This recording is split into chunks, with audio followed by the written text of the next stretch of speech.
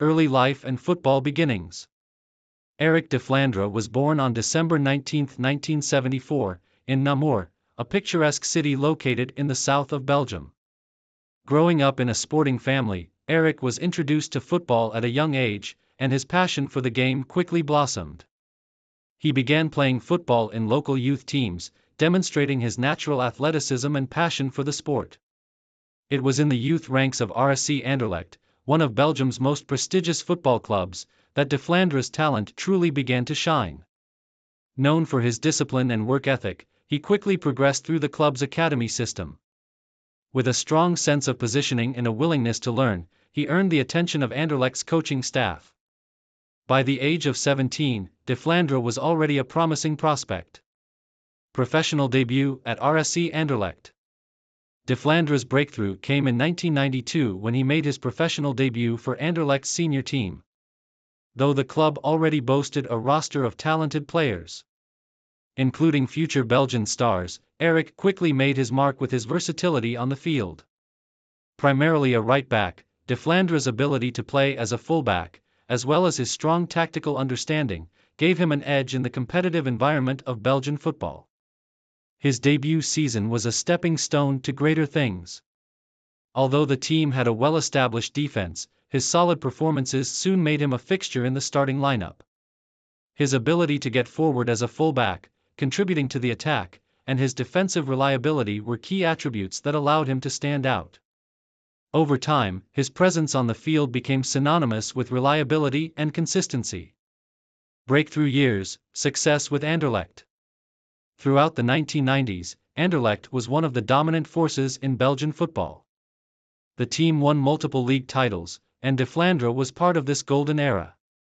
His contributions on the right side of defense, both defensively and offensively, were integral to the club's success.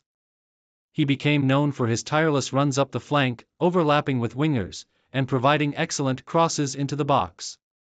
In addition to his attacking runs, de Flandre was known for his resilience and composure under pressure.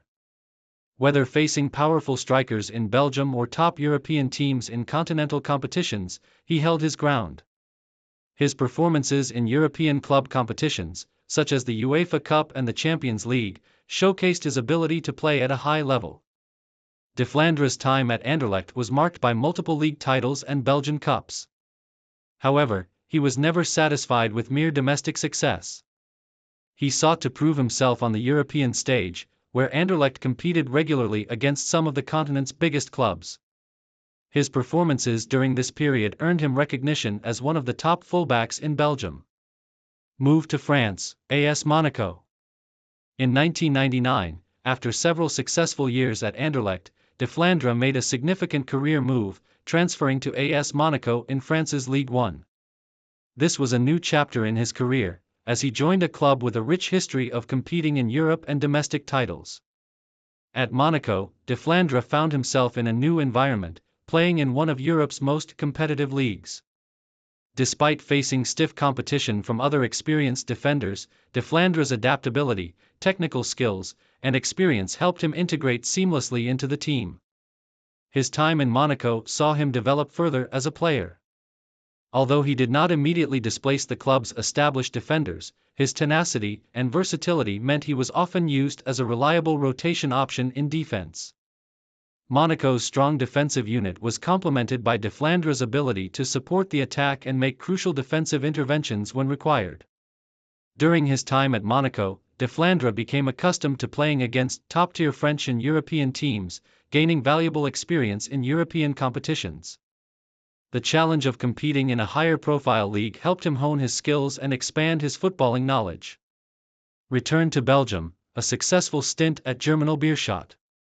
After his time in France, de Flandre returned to Belgium in 2004, where he signed with Germinal Beerschot, a club based in Antwerp. This move marked a return to familiar territory for de Flandre, but it also represented a new phase in his career. At Germinal Beerschot, he was an established figure and a leader in the defense, and his experience proved invaluable to the club.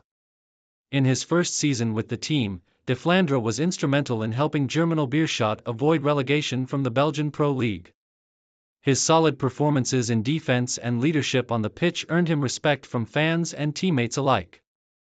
Despite being in the twilight years of his playing career, Deflandra's experience and tactical understanding were evident as he guided the team through difficult matches.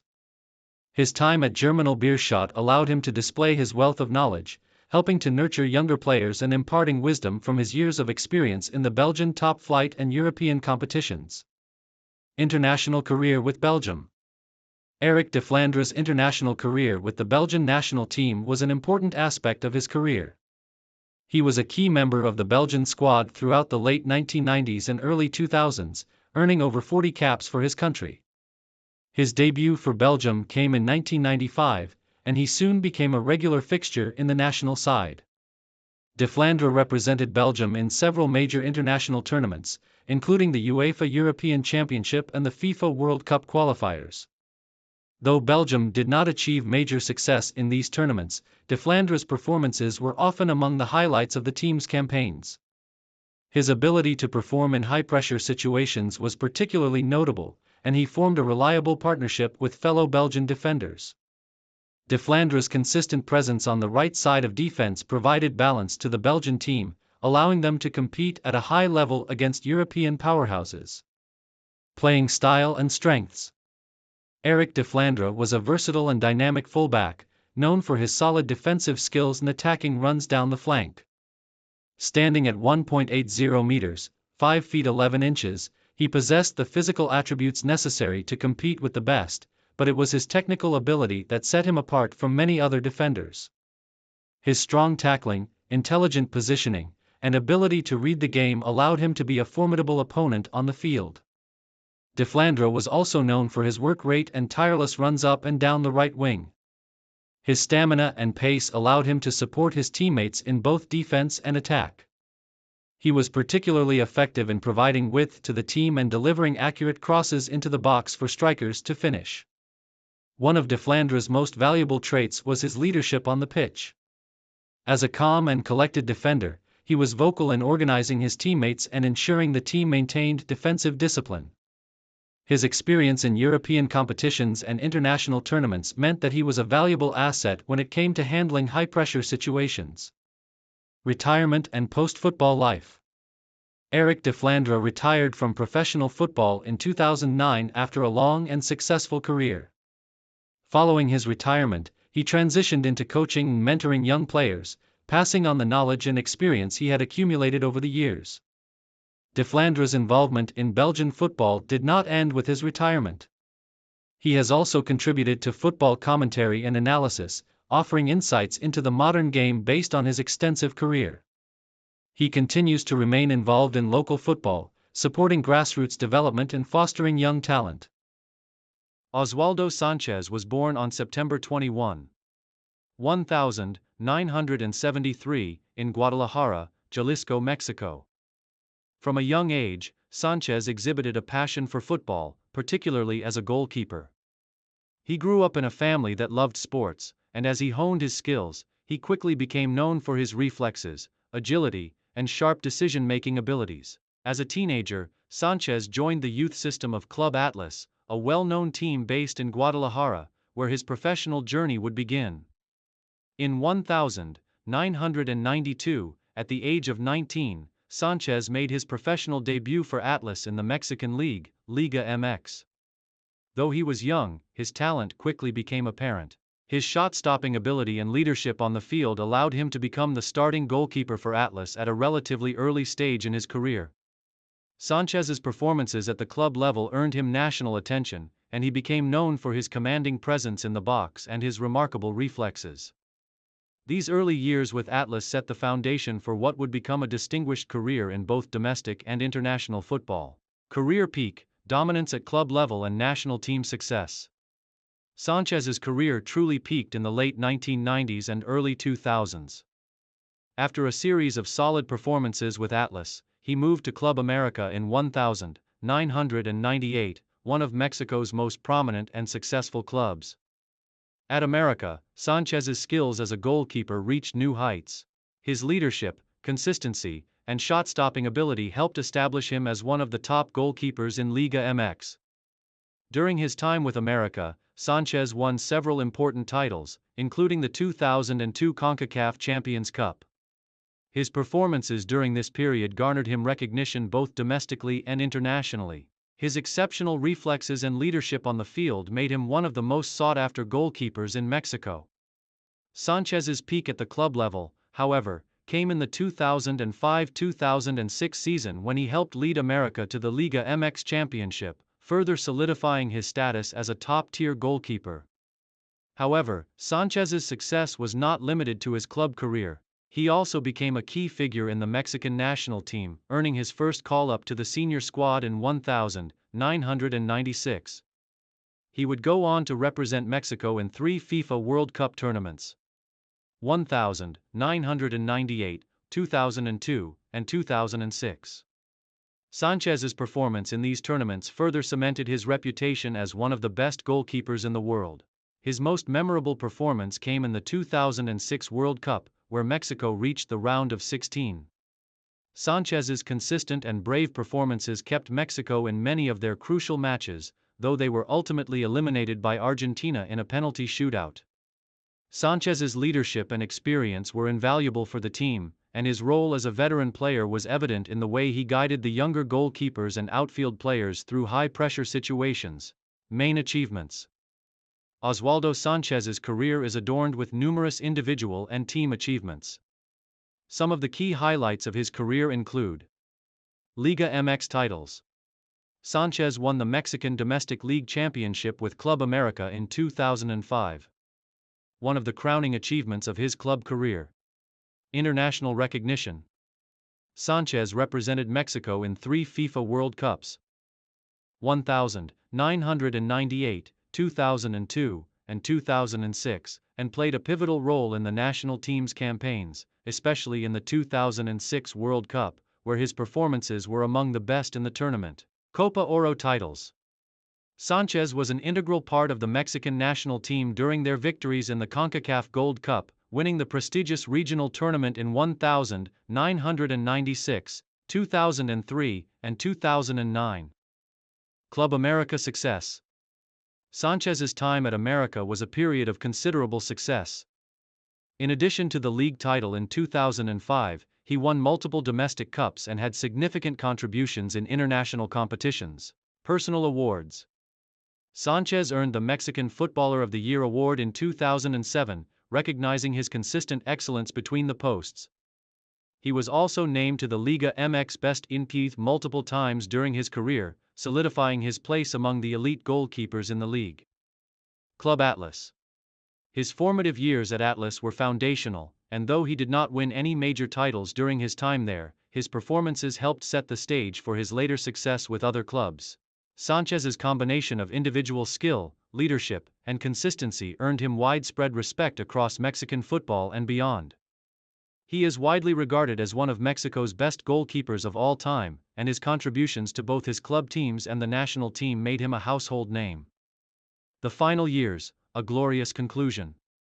Oswaldo Sanchez continued playing at a high level well into his 30s, a testament to his dedication to the sport and his physical conditioning. After a successful stint at Club America, Sanchez moved to his hometown club, Chivas de Guadalajara, in 2009.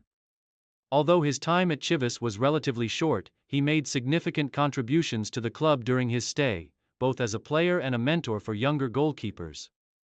He would go on to play for several more years, cementing his reputation as a veteran who could still compete with the best. Sanchez retired from professional football in 2017, bringing an end to an illustrious career that spanned over 2 decades. In his final years, Sanchez's focus was not just on footballing success but also on giving back to the sport. He took on roles as a mentor, coaching younger players and continuing to advocate for the development of goalkeepers within Mexican football. His impact on the game, both on and off the pitch, is a legacy that continues to influence future generations of players. Post-retirement and legacy. Since retiring, Oswaldo Sanchez has remained involved in the football world. He transitioned into media and analysis, offering insights on football games and helping to promote the growth of the sport. Sanchez has also served as an ambassador for various football-related initiatives in Mexico, including youth development programs that help nurture the next generation of football talent. His legacy is firmly entrenched in Mexican football, and his name is synonymous with success and professionalism.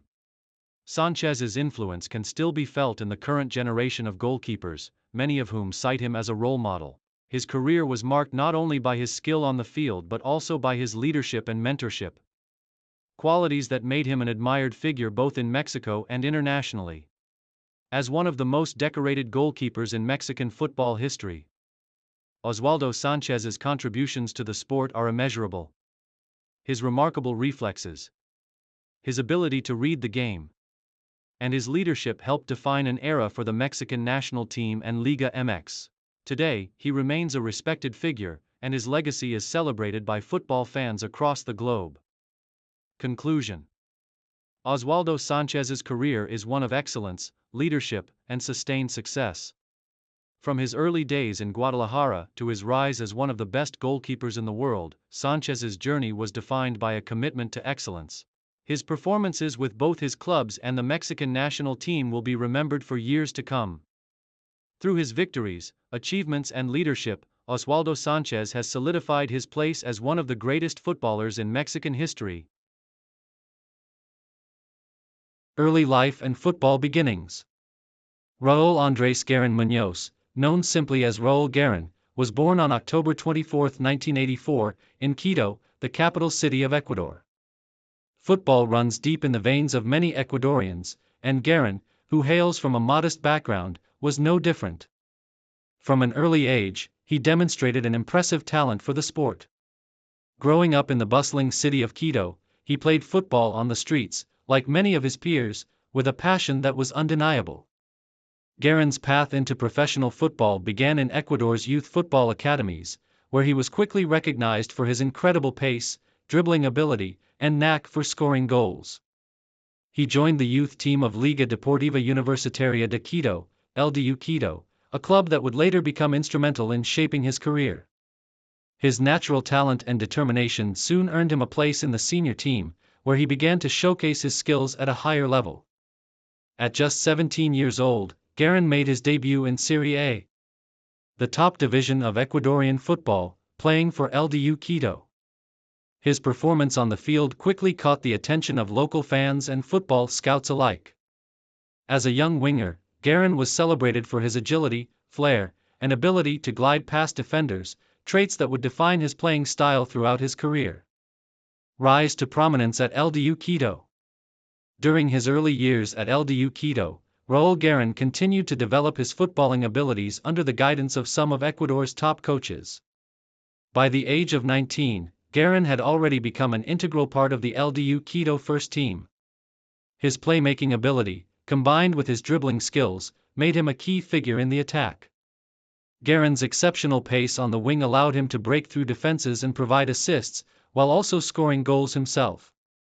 Guerin's standout performances in domestic competitions helped elevate him to national recognition.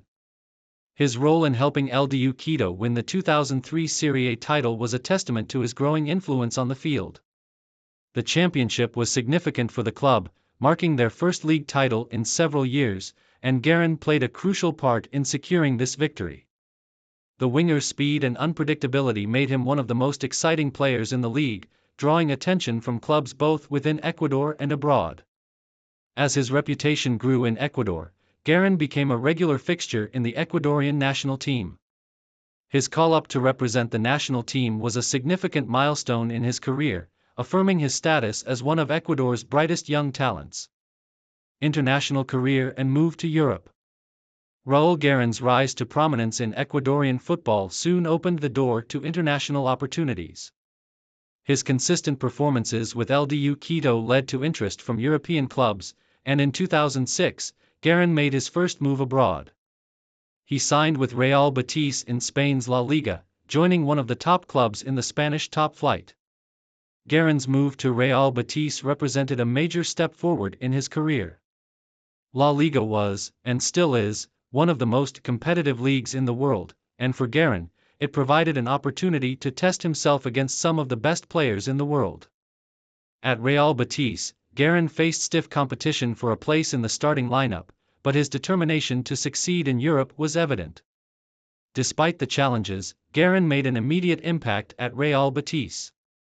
His explosive speed, dribbling ability, and creative vision were seen as valuable assets to the team. However, his time in Spain was not without its difficulties. Injuries, coupled with the highly competitive nature of La Liga, prevented him from fully cementing his place in the team.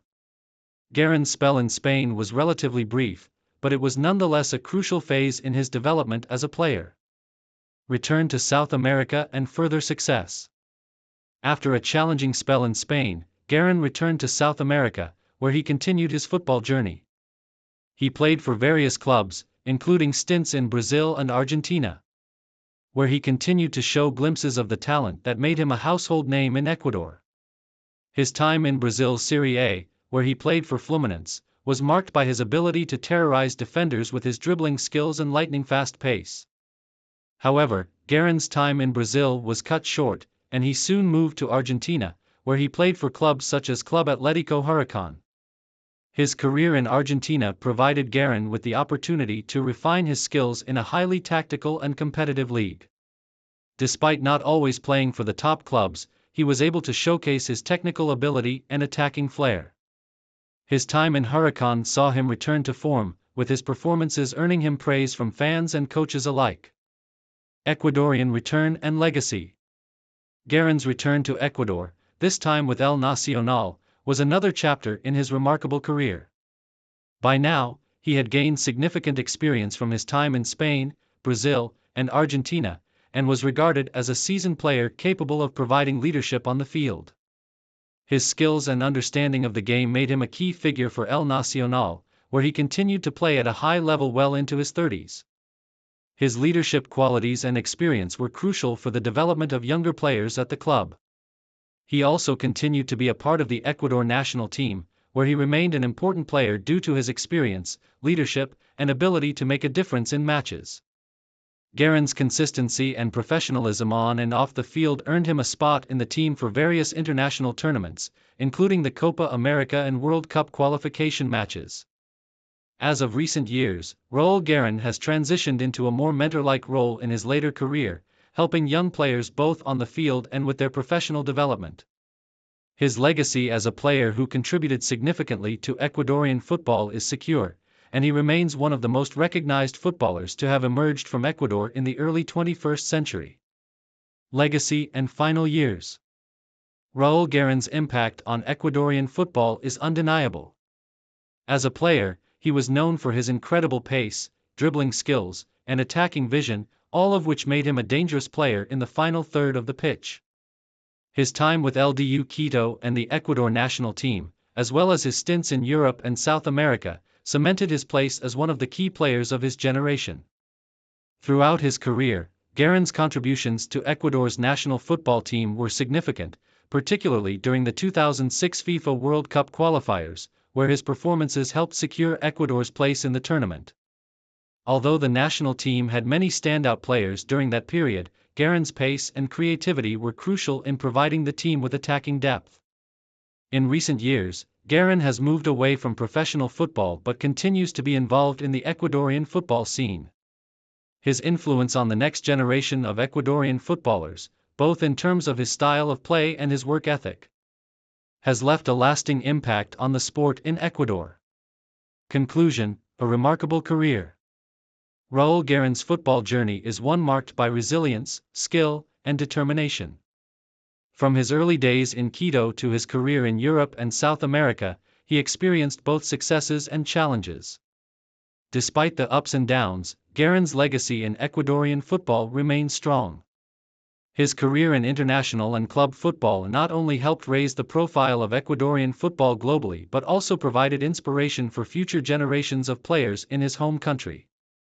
Known for his speed, creativity, and ability to make an impact on the pitch, Raúl Guerin remains a respected figure in Ecuadorian football history.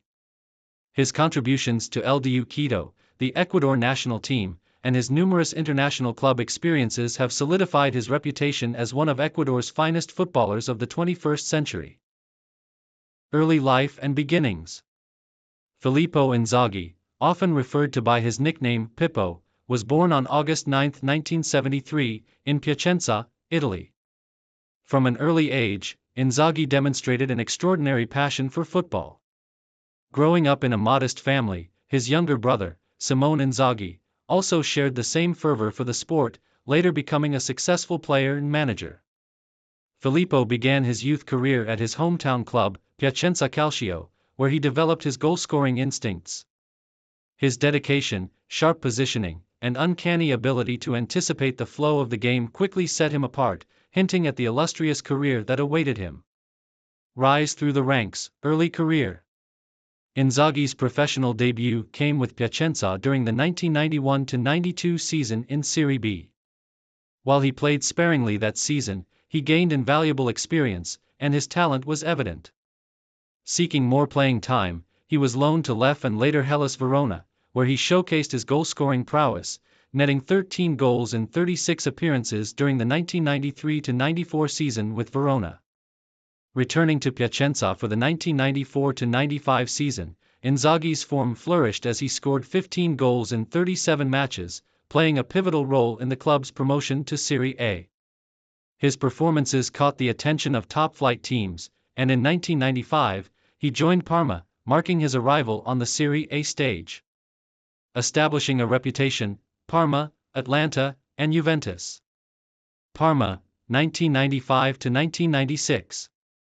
Inzaghi's time at Parma was challenging as he struggled to replicate his scoring feats, netting just 2 goals in 15 league appearances. Despite limited success, his work ethic and potential were undeniable, leading to his move to Atalanta. Atalanta, 1996-1997. The 1996-97 season proved to be a turning point in Inzaghi's career. Playing for Atalanta, he won the Capocannoniere, Serie A top scorer award with 24 goals, an incredible feat for a player in a mid-table team. His prolific form earned him widespread acclaim and a transfer to Juventus in 1997. Juventus, 1997-2001. At Juventus, Inzaghi cemented his place as one of Italy's most clinical strikers. Partnering with legendary forwards such as Alessandro Del Piero and later David Trezeguet, Inzaghi formed a lethal attacking unit. During his 4 seasons with the club, he scored 89 goals in 165 appearances across all competitions.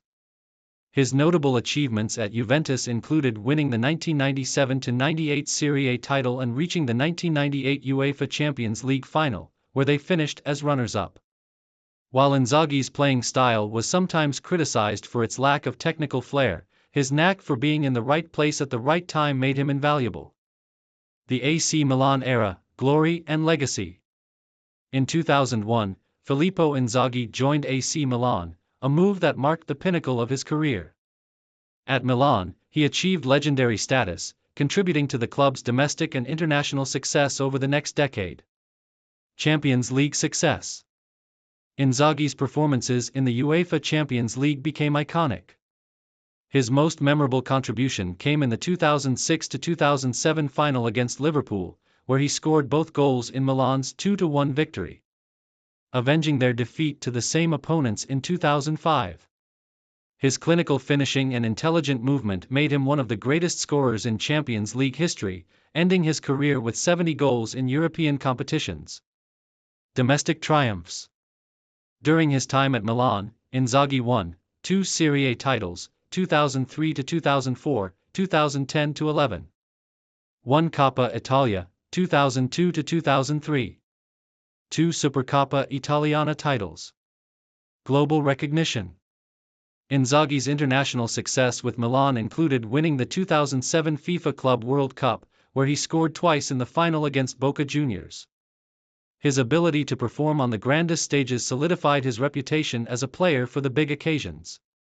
International career with Italy.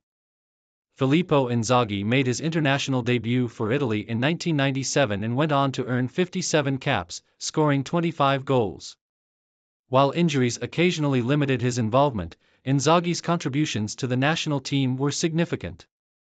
2006 FIFA World Cup. Inzaghi was part of Italy's squad for the 2006 FIFA World Cup, where he contributed a crucial goal in the group stage against the Czech Republic. Although not a starter, his presence and experience were invaluable as Italy went on to lift the trophy, defeating France in the final. European Championships. Inzaghi represented Italy in multiple UEFA European Championships, including the 2000 tournament, where Italy reached the final before losing to France. Playing style and impact. Inzaghi's style of play often drew mixed opinions. While not the fastest, strongest, or most technically gifted player, his intelligence, movement, and predatory instincts made him a nightmare for defenders. Renowned manager Sir Alex Ferguson famously quipped, "That lad must have been born offside," a testament to Inzaghi's constant presence on the shoulder of the last defender. He was a master of exploiting space, timing his runs to perfection, and capitalizing on even the slightest defensive errors. These qualities earned him admiration as one of the finest poachers in football history. Coaching career. After retiring as a player in 2012, Inzaghi transitioned into coaching. Starting with AC Milan's youth teams, he was appointed head coach of the senior team in 2014, though his tenure was short-lived due to inconsistent results. Inzaghi later found success with smaller clubs, including Venezia and Benevento, leading them to promotion to Serie A. In 2021, Inzaghi took over as manager of Reggina, continuing to build his reputation as a coach who brings passion and intensity to his teams. Personal life and legacy. Filippo Inzaghi is remembered not just for his goal-scoring feats but also for his passion and dedication to football. Off the pitch, he is known for his humility and commitment to nurturing young talent. His younger brother, Simone Inzaghi, also pursued a managerial career, and the two remain close. Inzaghi's impact on football, particularly his role in AC Milan's golden era, ensures his place among the sport's all-time greats. His legacy as one of the most prolific strikers in history, with over 300 career goals, continues to inspire aspiring forwards around the world. Conclusion. Filippo Inzaghi's career is a testament to the power of determination, intelligence, and unyielding passion. Whether scoring decisive goals in Champions League finals or lifting the World Cup with Italy, Inzaghi consistently proved his worth on the biggest stages. As both a player and coach, his love for football shines through, leaving an indelible mark on the beautiful game. Early life and beginnings. Femi Opabunmi was born on the 8th of December 1984 in Ibadan, Nigeria. Growing up in a football-loving nation, he was introduced to the sport at an early age. His family was supportive of his passion for the game, and Opabunmi quickly developed a strong affinity for football. As a child, he played in the streets and local pitches, where his natural talent for the game began to shine. His skill set stood out, and he was soon spotted by scouts who saw the potential for greatness. He joined the Golden Bay Academy, a youth development program that produced several talented Nigerian footballers, and it was there that Opabunmi's ability caught the attention of professionals. By the age of 14, he was already showing remarkable promise, and soon after, he was scouted by top Nigerian clubs. Breakthrough into professional football. In 2002, Opabunmi made his leap into professional football, joining Wiki Tourists FC, a club in Nigeria's top-tier league. His exceptional performances as a winger helped him quickly rise through the ranks. And it wasn't long before his efforts earned him a call-up to the national team. The young player had shown a natural flair for dribbling and creating chances, skills that would define his playing style as his career progressed. In 2003, his talent was recognized by the Nigerian Football Federation, and he made his international debut for the Super Eagles, Nigeria's national team. Opabunmi's first appearance came at the age of 19, and he was soon part of a young and exciting generation of players in Nigerian football. His time at Wiki Tourists was marked by his ability to make a difference on the pitch. His creativity, speed, and technical skill, combined with his youth and energy, made him a standout player. It was evident that the young Nigerian talent was destined for a bigger stage. International breakthrough, 2003 FIFA U17 World Cup. Opabunmi's breakthrough on the international stage came during the 2003 FIFA U17 World Cup held in Finland. Representing Nigeria's U17 team, Opabunmi was one of the key players in the competition. Nigeria went on to win the tournament, clinching their third title in the competition's history. Opabunmi played a crucial role in Nigeria's success, demonstrating his dribbling ability and his talent in front of goal. His performance in the tournament earned him widespread recognition, and it cemented his place as one of Nigeria's brightest young stars. The victory in Finland was a defining moment for Opabunmi's career, as it helped him secure a spot on Nigeria's senior national team. Joining the senior national team, 2004 to 2005. Following his success in the U-17 World Cup, Opabunmi's rise through the ranks of Nigerian football continued. He received a call-up to the Super Eagles, Nigeria's senior national team, and made his debut during the 2004 African Cup of Nations, AFCON. At just 19 years old, Opabunmi was part of a squad that included established stars like J.J. Okocha, Nwankwo Kanu, and Obafemi Akinwunmi Akinbi. His inclusion in the senior national team showed the faith that the Nigerian Football Federation had in his talent. Although Nigeria did not win the tournament, Opabunmi's contributions and his ability to play in big matches showcased his potential to become one of the leading players for the national team. In 2005, Opabunmi made his mark on the international stage once again, representing Nigeria in the 2005 FIFA Confederations Cup held in Germany. His appearances in this tournament highlighted his ability to compete at the highest levels, as he faced off against some of the top teams in the world. Peak of his career, European move and playing in France. Opabunmi's performances in the U-17 World Cup and his time with Nigeria's senior team caught the attention of clubs in Europe. In 2005, he made the move to French club Lille OSC, signing with the Ligue 1 side. His move to Europe marked the peak of his career, as he joined one of the top football leagues in the world. At Lille OSC, Opabunmi showcased his unique skill set. His pace, dribbling, and vision made him a key contributor to the team's attacking play. However, despite flashes of brilliance, Opabunmi struggled to establish himself as a first-team regular at the club. His time in France was a difficult one, with limited opportunities and fierce competition for a starting spot. This period in his career, while challenging, provided him with valuable exposure to the intense nature of European football. During his time at Lille, Opabunmi was loaned to several other clubs. He spent a short stint with RC Strasbourg, also in France's Ligue 1, before being loaned to Angers SCO, where he made a more notable impact. His performances in France, particularly with Angers, were marked by consistency and adaptability, but his injuries and lack of game time at Lille were a setback in his career. Returned to Nigeria and later years. In the later stages of his career, Opabunmi returned to Nigeria to continue his playing career. He joined Enugu Rangers, one of the prominent clubs in the Nigerian Professional Football League, NPFL.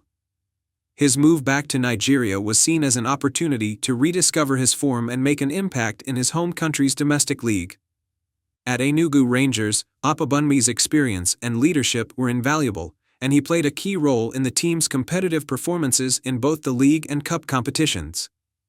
Despite his earlier struggles in Europe, Opabunmi's return to Nigeria marked a period of stability and success.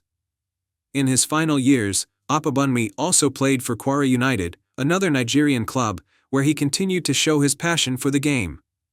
His tenure in the NPFL was characterized by his desire to help the younger generation of Nigerian footballers develop and achieve success on the domestic stage. Retirement and legacy. Femi Opabunmi retired from professional football in the early 2010s, but his legacy as one of the brightest talents in Nigerian football remains intact. His performances for the Super Eagles, his contribution to Nigeria's U-17 World Cup victory in 2003, and his time playing in Europe and the NPFL are part of the rich history of Nigerian football. Opabunmi's early promise and his success at the U-17 World Cup will forever define his place in Nigerian football lore. His career was a story of both promise and struggle, with injury and difficult club stints preventing him from reaching the heights many had expected.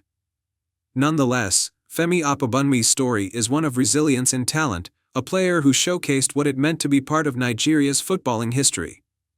Main achievements: 2003 FIFA U-17 World Cup champion with Nigeria's U-17 national team. African Cup of Nations, AFCON, appearances with the Nigerian senior national team in 2004. 2005 FIFA Confederations Cup appearances for Nigeria. Played for Lille OSC and Angers SCO in France's Ligue 1.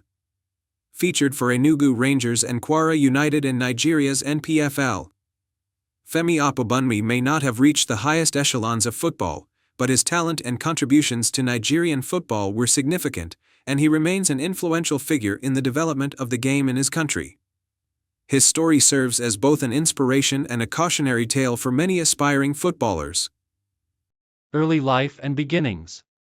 Francesco Toldo, born on December 2, 1971, in Montagnana, Italy, is a former professional footballer renowned for his illustrious career as a goalkeeper. Growing up in the Veneto region, Toldo developed a passion for football early on. His initial exposure to the sport came through playing in the youth ranks of Montagnana, his local club, before moving to Padova, a team in the Veneto region that was renowned for developing young talent. It was there that Toldo's potential began to shine. His time at Padova served as a stepping stone to the wider football world, as he quickly caught the eye of scouts and experts in the Italian game. By the age of 19, Toldo had made his Serie B debut with Padova in 1990. His solid performances between the sticks did not go unnoticed, and it wasn't long before he attracted the interest of Serie A clubs. Rise to prominence, early club career. Toldo's breakthrough came when he signed for Fiorentina in 1993. Joining one of Italy's most respected clubs provided Toldo with a platform to showcase his talents on a bigger stage. Over the next few seasons, he established himself as Fiorentina's first-choice goalkeeper. With his tall frame, excellent reflexes, and calm demeanor under pressure, Toldo earned a reputation as one of the most reliable and consistent goalkeepers in Italy. At Fiorentina, Toldo played a crucial role in several notable achievements. One of his most important contributions came in the 1995-96 season, when he helped the team reach the final of the UEFA Cup, now the UEFA Europa League, though Fiorentina ultimately lost to Juventus.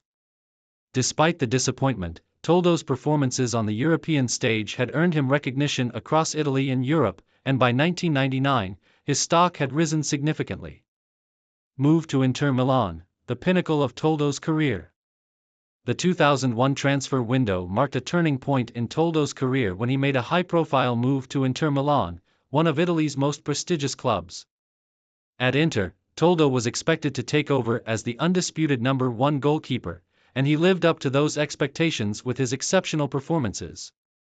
He quickly became one of the stalwarts of the Inter defense, known for his commanding presence in the box, quick reactions, and ability to make crucial saves in high-pressure situations. During his first few seasons at Inter, Toldo's performances were instrumental in helping the club secure top positions in Serie A and qualify for the UEFA Champions League. His consistency and skill underlined his importance to the team. The 2004-2005 season, in particular, saw Toldo playing a critical role in Inter's strong league performances, although they fell short in the title race. Toldo's most notable contribution came in the 2005-2006 season, when he helped Inter Milan win the Serie A title after a tumultuous season marked by the Calciopoli scandal, which led to Juventus being stripped of their 2004-2005 and 2005-2006 titles. Although Toldo wasn't the undisputed number one in the final years of his career due to the rise of Julio Cesar, his leadership and experience remained invaluable to the team.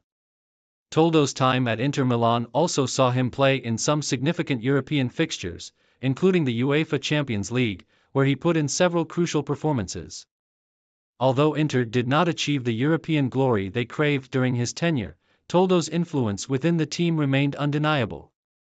International career, representing Italy. Toldo's international career with Italy began in 1996 when he made his debut for the national team in a friendly against Brazil.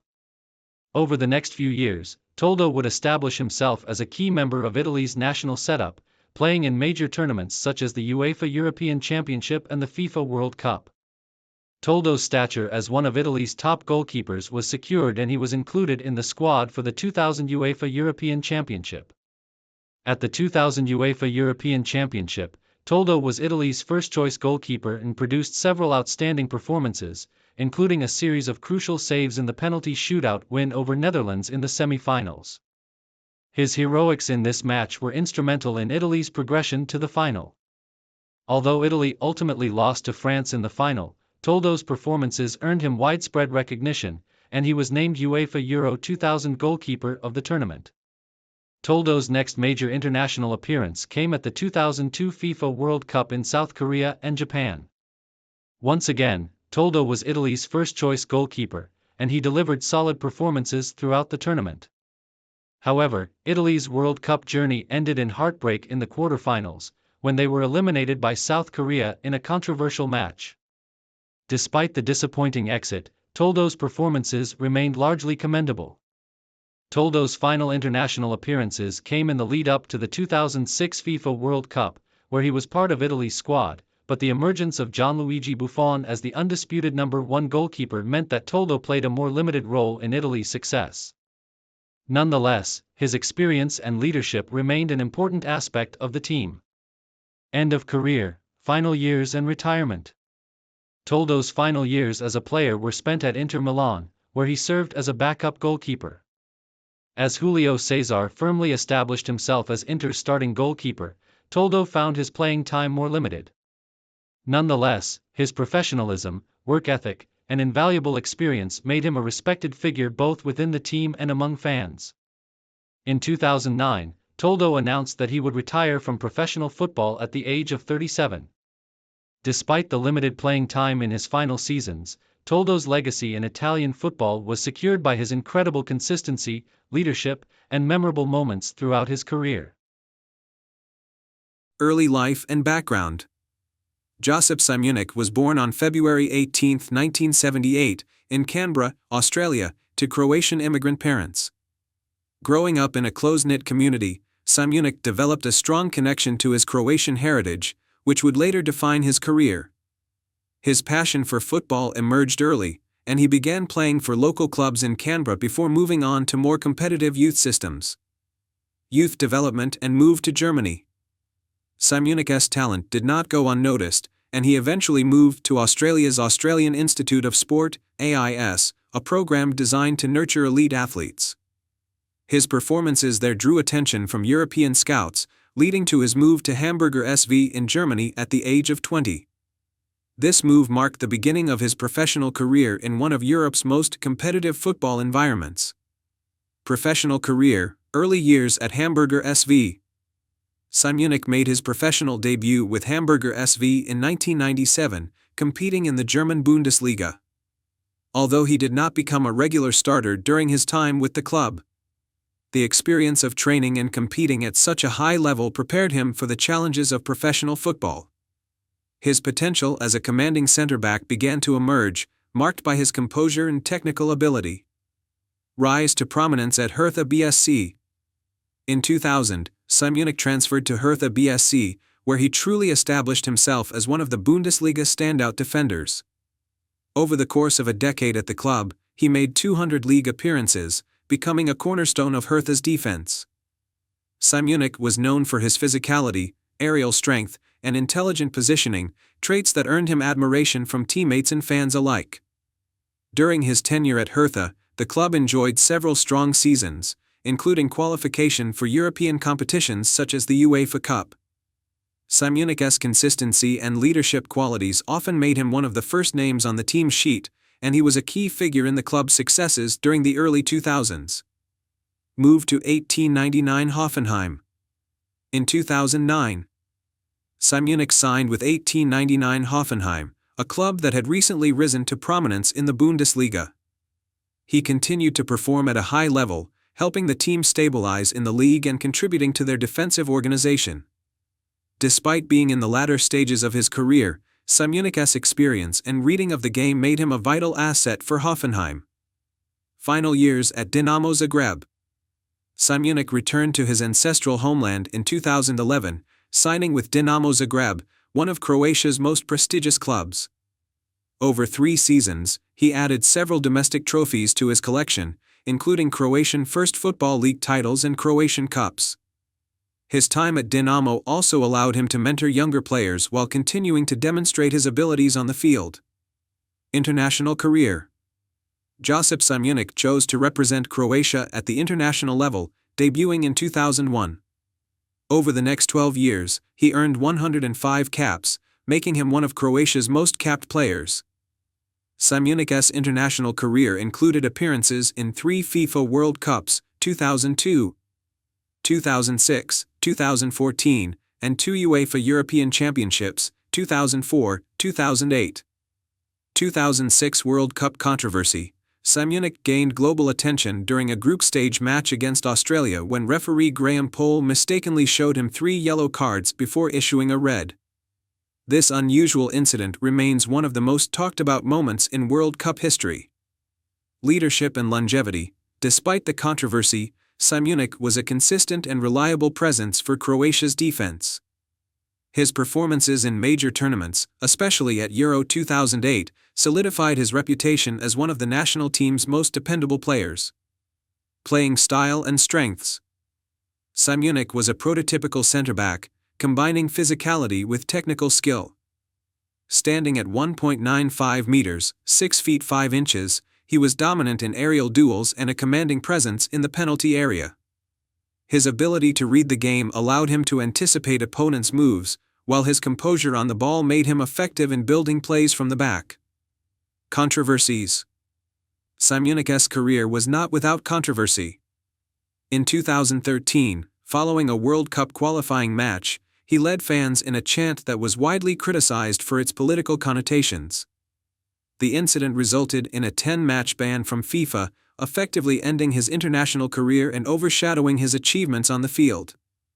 Post-retirement life. After retiring in 2014, Simunic transitioned to a coaching career. He joined the Croatian national team staff as an assistant coach, working under head coach Zlatko Dalic. His insights and experience have been instrumental in mentoring younger generations of Croatian defenders. Legacy. Josip Simunic is remembered as one of Croatia's most accomplished defenders, with a career spanning nearly 2 decades at the highest levels of football. Despite controversies, his contributions to both club and country are widely recognized. His leadership, consistency, and dedication serve as an inspiration to aspiring footballers in Croatia and beyond. Conclusion. From his beginnings in Canberra to his success in Europe and his storied international career with Croatia, Josip Simunic's journey is one of determination and resilience. While his career had its share of challenges, his legacy as a stalwart defender and proud representative of Croatian football endures. Early life and beginnings. Edison Antonio Mendez, born on February 16, 1980, in Riobamba, Ecuador, emerged from a modest background that set the stage for his eventual rise to football stardom. Growing up in a family with limited financial resources, Mendez's passion for football was evident from a young age. His father, a former amateur football player, and his mother, who supported his ambitions, were instrumental in shaping his love for the game. Riobamba, a city known for its football culture, became the perfect setting for Mendez to begin his football journey. As a child, he played with friends on the streets, often honing his dribbling and passing skills. His natural ability with the ball soon caught the attention of local scouts. He joined the youth team of Centro Deportivo Olmedo, a club based in his hometown, and quickly moved through the ranks due to his strong work ethic, technical ability, and vision on the pitch. Professional debut and early career. Mendez's professional career began in 1997 when he debuted for Centro Deportivo Olmedo in the Ecuadorian Serie A. Despite his youth, his performances were marked by maturity, technical brilliance, and a composed demeanor. He quickly established himself as a key player for Olmedo, known for his ability to control the midfield and his excellent passing range. His rise through the ranks of Ecuadorian football continued as his talent caught the attention of Emelec, one of the most prominent clubs in Ecuador. In 1999, Mendez made the move to Club Sport Emelec, where he would experience greater exposure and growth. His time at Emelec allowed him to further refine his skills, particularly his ability to orchestrate play in the midfield. Mendez was known for his quick feet, sharp decision-making, and his knack for scoring crucial goals. It was during this period that Mendes first garnered attention from the Ecuador national team, earning his debut call-up for the 2002 FIFA World Cup qualifiers. His impressive displays at club level made him a vital part of Ecuador's midfield, and he was soon recognized as one of the brightest talents in South American football.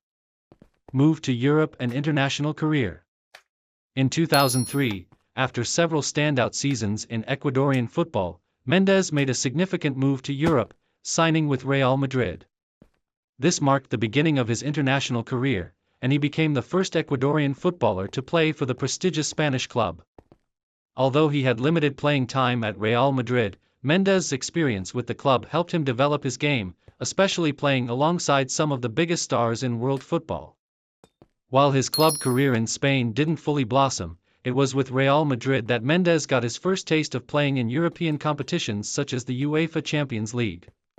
His skill set and versatility were valuable assets, and he soon became an important figure for the Ecuador national team in international tournaments. In 2006, Mendes' international career reached a peak when he helped Ecuador qualify for the 2006 FIFA World Cup in Germany. His performances in the qualifiers were instrumental in securing Ecuador's first-ever World Cup berth. At the World Cup, Mendes played a vital role in Ecuador's midfield, helping the team reach the round of 16, where they were eliminated by England.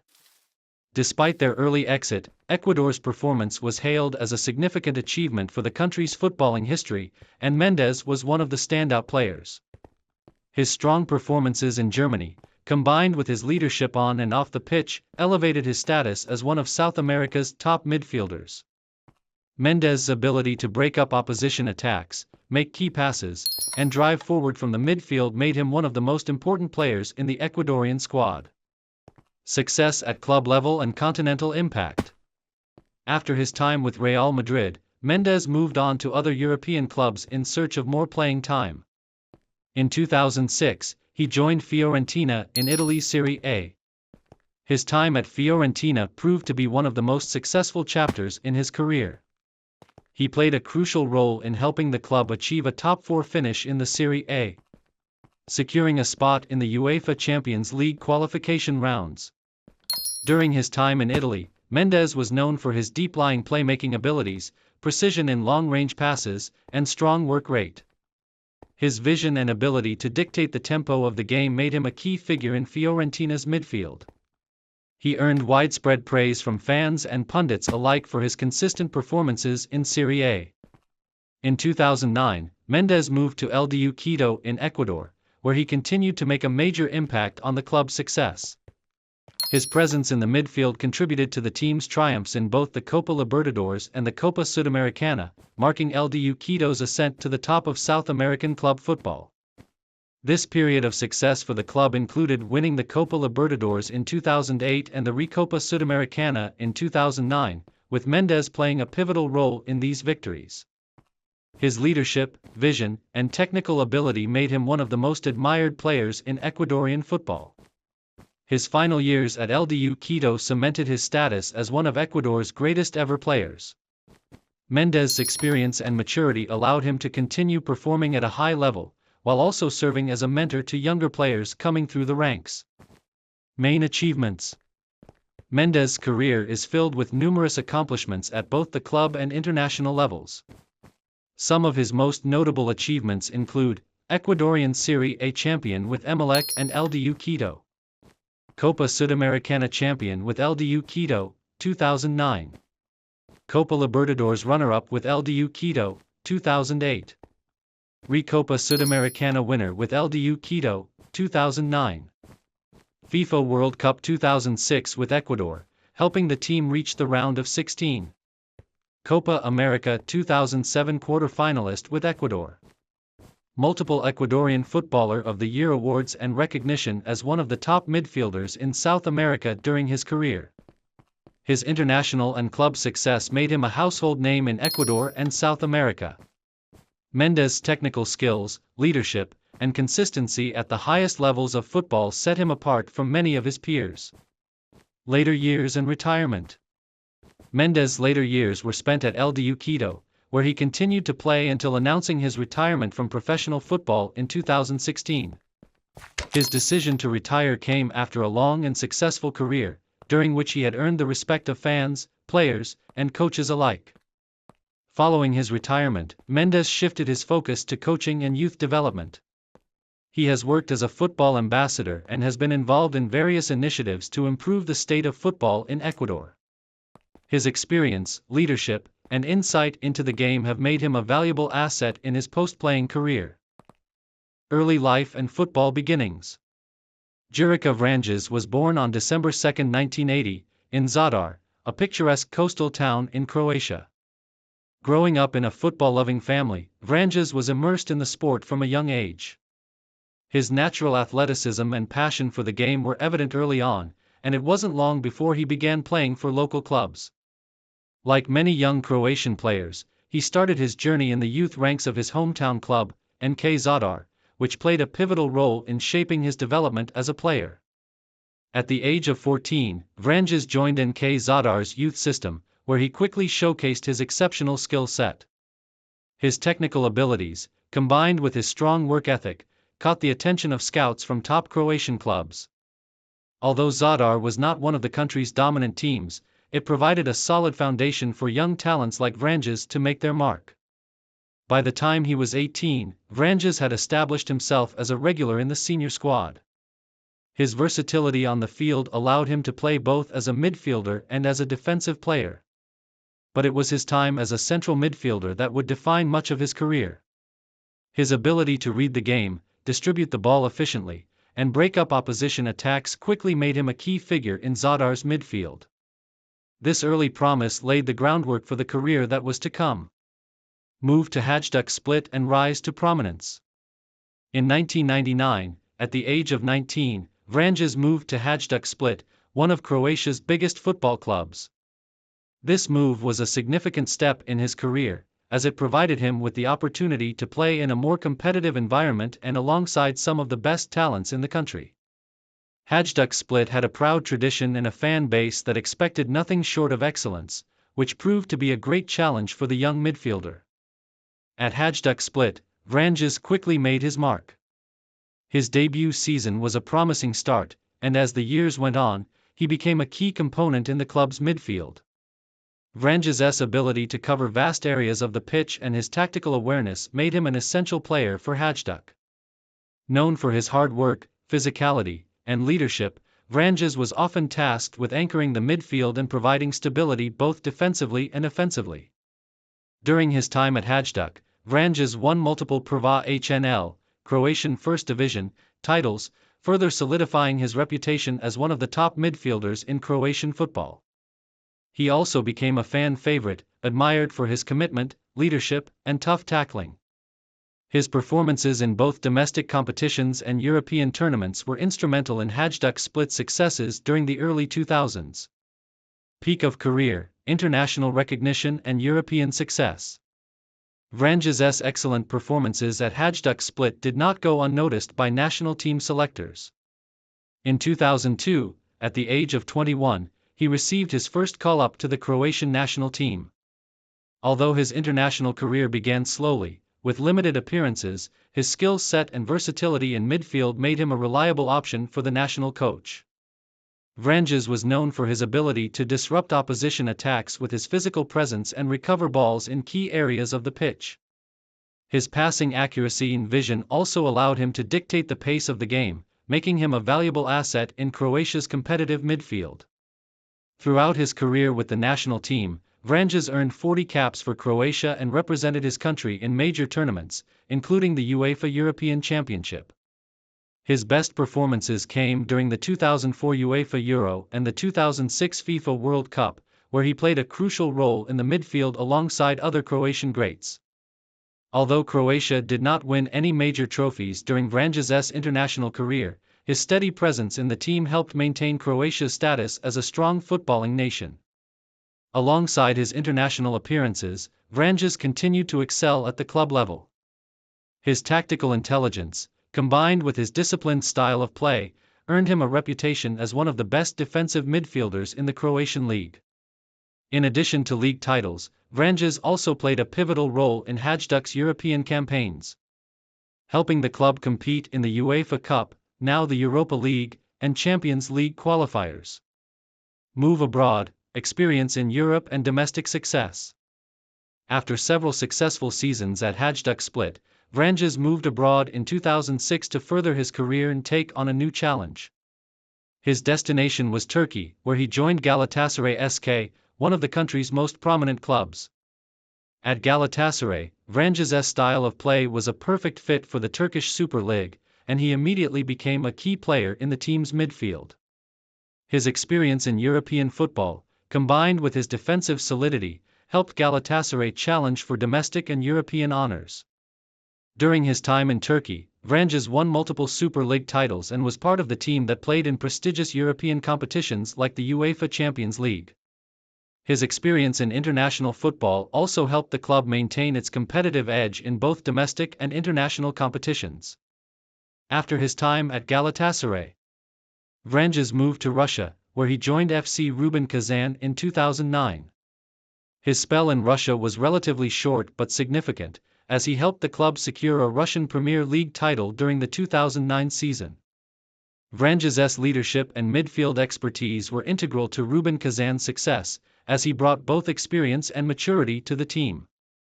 Later years, returned to Croatia and retirement. Vranjes returned to Croatia in 2011, rejoining his old club, Hajduk Split, where he spent the final years of his playing career. While his role on the pitch was more of a leadership figure than the dynamic player he once was, Vranjes remained a valuable presence in the locker room and on the field. His passing range and understanding of the game allowed him to continue contributing to the team's successes, even in the later stages of his career. By 2013, at the age of 33, Vranjes announced his retirement from professional football. His decision to retire came after a career that spanned almost 15 years at the top level of European football, during which he played for some of the most prestigious clubs in Europe and represented Croatia on the international stage. Coaching and post-retirement activities. After retiring from football, Jurica Vranjes transitioned into coaching, initially focusing on developing young talent in his native Croatia. Vranjes was particularly interested in passing on his knowledge of defensive midfield play, with an emphasis on discipline, tactical understanding, and leadership on the pitch. His experience playing in top European leagues made him a sought-after figure in Croatian football coaching circles. Vranjes' transition to coaching was seamless, as he already had a deep understanding of the tactical and psychological aspects of the game. In addition to coaching, he became involved in football management, helping guide the next generation of Croatian footballers to follow in his footsteps. Legacy and impact. Jurica Vranjes' career was marked by his consistency, leadership, and versatility on the field. While he may not have garnered the same level of fame as some of his Croatian contemporaries, his impact on the teams he played for, especially Hajduk Split, is undeniable. Vranjes was a model of professionalism, known for his tireless work ethic, his tough tackling, and his ability to control the tempo of the game from midfield. Though his international career was limited compared to some of his peers, Vranjes' role in Croatia's midfield during key tournaments cemented his place in Croatian football history. At the club level, his contributions to Hajduk Split, Galatasaray, and Rubin Kazan remain highly regarded, and he is remembered as a player who always gave his best for the team. As a coach, Vranjes continues to influence Croatian football, using his vast experience to nurture and develop new talent. His legacy, both as a player and a coach, is firmly etched in the history of Croatian football. Conclusion. Jurica Vranjes' footballing career is a testament to the qualities of hard work, discipline, and leadership. From his beginnings in Zadar to his illustrious years at Hajduk Split, Galatasaray, and Rubin Kazan, Vranjes carved out a respected place for himself in European football. His ability to adapt to different leagues and his success both domestically and internationally make him one of Croatia's most underrated and respected midfielders of his generation. Today, as a coach, Vranjes continues to inspire the next generation of Croatian footballers, carrying forward the values that defined his successful playing career. Tomas Antonelius is a retired Swedish footballer who made his name primarily as a skilled and versatile midfielder. Known for his technical ability and tactical intelligence, Antonelius had a successful career that spanned both domestic and international football. While he may not have reached the levels of international superstardom, his consistency, professionalism, and influence on the pitch made him a respected figure in Swedish football. Early life and beginnings. Tomas Antonelius was born on November 3, 1973, in Sweden. Like many young Swedish players, Antonelius developed his passion for football at an early age, playing for local clubs in his hometown. His natural talent and ability to read the game soon set him apart from his peers. His early development took place in Sweden's youth system, where he honed his skills and prepared for a future in professional football. Antonelius started his football career at Östers IF, a club known for developing talented players. It was here, in the Swedish second tier, where Antonelius first began to make a name for himself as a promising young midfielder. His early performances at Östers IF caught the eye of higher-tier clubs, and his move to a more competitive environment seemed inevitable.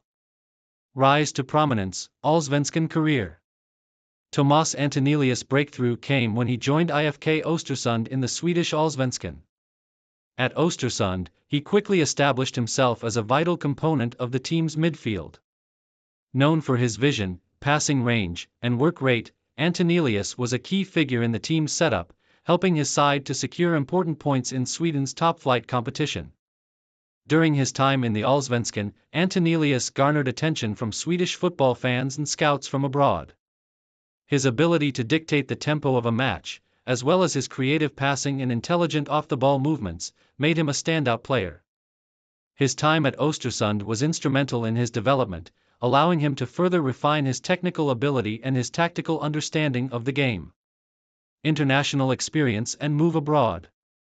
Antonelius' performances in Sweden's top tier caught the attention of clubs outside of Sweden. As a result, he made the move to France, where he joined Lille OSC in Ligue 1. This move marked a new chapter in his career, as it presented him with the opportunity to compete in one of Europe's top leagues. Although his time in France was not as lengthy as his stint in Sweden, it marked an important period in his career, as he gained valuable international experience that would shape his future in football. Playing in Ligue 1, Antonelius faced a different style of football, one that demanded a higher level of intensity and competition. However, his adaptability allowed him to adjust to this new environment, and he was able to make an impact despite the challenges. His time at Lille also allowed him to experience European competition, as he played in the UEFA Cup. Though he didn't achieve major domestic trophies with Lille, his time in France broadened his horizons and enhanced his reputation as a skilled midfielder. Main achievements in Swedish football. While Antonelius' career abroad was limited, his achievements in Swedish football are noteworthy. Returning to Sweden, Antonelius continued to build his legacy at Östers IF and other clubs in the Allsvenskan. One of his main achievements came during his time at Hammarby IF, where he played an important role in helping the team maintain its competitiveness in Sweden's top league. Antonelius' technical skills were highly regarded in Sweden, and he was known for his passing ability and vision on the field. He was a player capable of dictating play from midfield, often making crucial assists and contributing to his team's offensive efforts. His skill set was not just about the attack, however. Antonelius was known for his work ethic and defensive contributions, often tracking back to help his team recover possession. Although Antonelius never won the Allsvenskan title during his playing career, he achieved recognition and respect for his consistency and performances. His career in Sweden saw him play for several top clubs, and he earned a reputation as a reliable and hard-working player, capable of playing in various midfield roles. Later years and transition to coaching. As Tomas Antonelius entered his 30s, his playing time began to decrease, and he decided to retire from professional football. After stepping away from the pitch, Antonelius transitioned into coaching, seeking to pass on his knowledge of the game to the next generation of footballers. Throughout his career, Antonelius was known for his tactical awareness and understanding of the game, and these qualities made him a natural fit for a coaching role after his playing days. His calm demeanor, ability to assess situations quickly, and his experience playing in top-flight football were invaluable assets that he could bring to his coaching work. Antonelius was also deeply involved in youth football development, where he used his experience to guide young players toward professional football careers. While Antonelius did not achieve the international success that many top Swedish footballers have, his role as a mentor and coach has kept him involved in the sport. His transition from playing to coaching has been marked by a focus on developing young talent and contributing to the overall growth of Swedish football. Legacy and conclusion.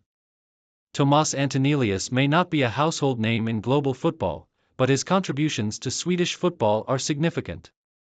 His career, which spanned both domestic and international football, was marked by a consistent work ethic and an ability to perform at a high level in competitive leagues. Antonelius will be remembered for his time with Hammarby IF and Östers IF, where he made valuable contributions as a midfielder. Known for his technical ability, vision, and leadership, Antonelius helped shape the teams he played for, even if they did not win significant titles during his time there. His post-retirement career in coaching further cemented his legacy, as he worked to help develop the next generation of football talent. Although he may not have won major trophies or achieved international recognition on the same level as some of his contemporaries, Tomas Antonelius' impact on Swedish football is undeniable. His dedication to the game, both as a player and a coach, has left a lasting legacy that continues to inspire many within the Swedish football community. Tomas Antonelius' career may be defined by its longevity, consistency, and adaptability, and he remains a respected figure in the world of Swedish football. His achievements and work after retirement are a testament to his passion for the sport and his commitment to the development of football in Sweden.